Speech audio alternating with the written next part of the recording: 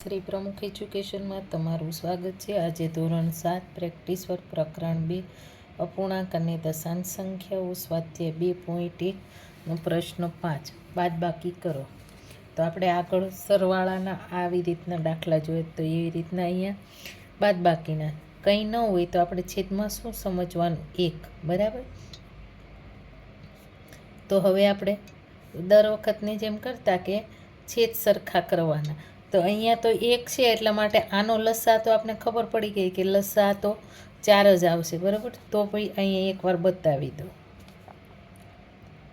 4 અને 1 તો કે 2 એકા ઓલા 2 દુ તો કે 4 બરાબર અને 1 ના 1 હવે 2 એકા 2 અને આ 1 ના 1 તો આનો લસા શું આવ્યો તો કે 4 બરાબર। એટલે એવી રીતના 1 જ્યાં હશે ને તો જે વસ્તુ હશે ને એ જ લસા આવશે। એટલે આપણે આગળનામાં નહીં કરીએ ડાયરેક્ટ આપણે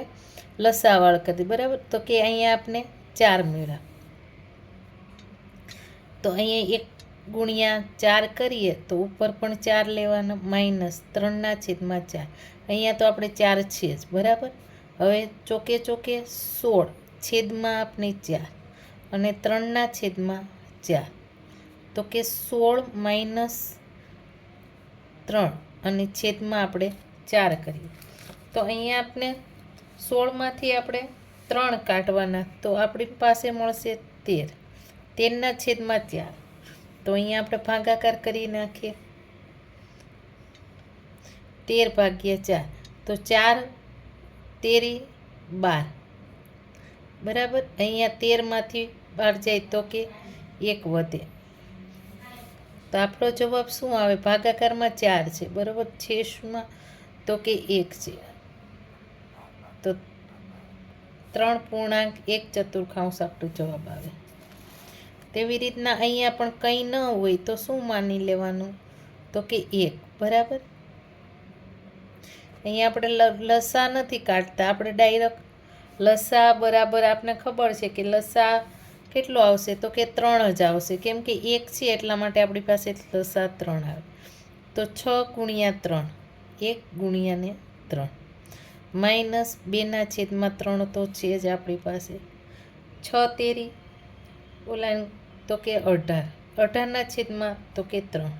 અને 2/3 હવે 18 - 2 કરવાના છેદમાં 3 તો 18માંથી 2 જાય તો કે 16/3 આપને મળ્યા 3 બરાબર। તો હવે ફરીથી અહીંયા આપણે સાઈડમાં ભાગાકાર કરી નાખીએ 16 તો કે 3 3 5 તો કે 15 આવ્યા 16માંથી 15 જાય તો કે 1 વધે તો ભાગાકારમાં આપણા 3 છે બરાબર ને અહીંયા 1 અને 5 તો 5.1 હવે તેવી રીતના અહીંયા આપણે જોઈએ 3 દાખલા નંબર બરાબર। તો એમાં પણ કંઈ નથી છેદમાં તો શું આપણે સમજવાનું 1 4/7 તો આનો લસા શું આવે તો કે લસા આપને ખબર છે 1 છે એટલે લસા બરાબર તો કે આપને મળે 7 10/1 ગુણ્યા આપણે કઈલા લેશું 7 છેદ સરખા કરવા માટે તો ઉપર પણ આપણે 7 લીધા તો 4/7 હવે 10 ગુણ્યા 7 કરીએ તો 70/7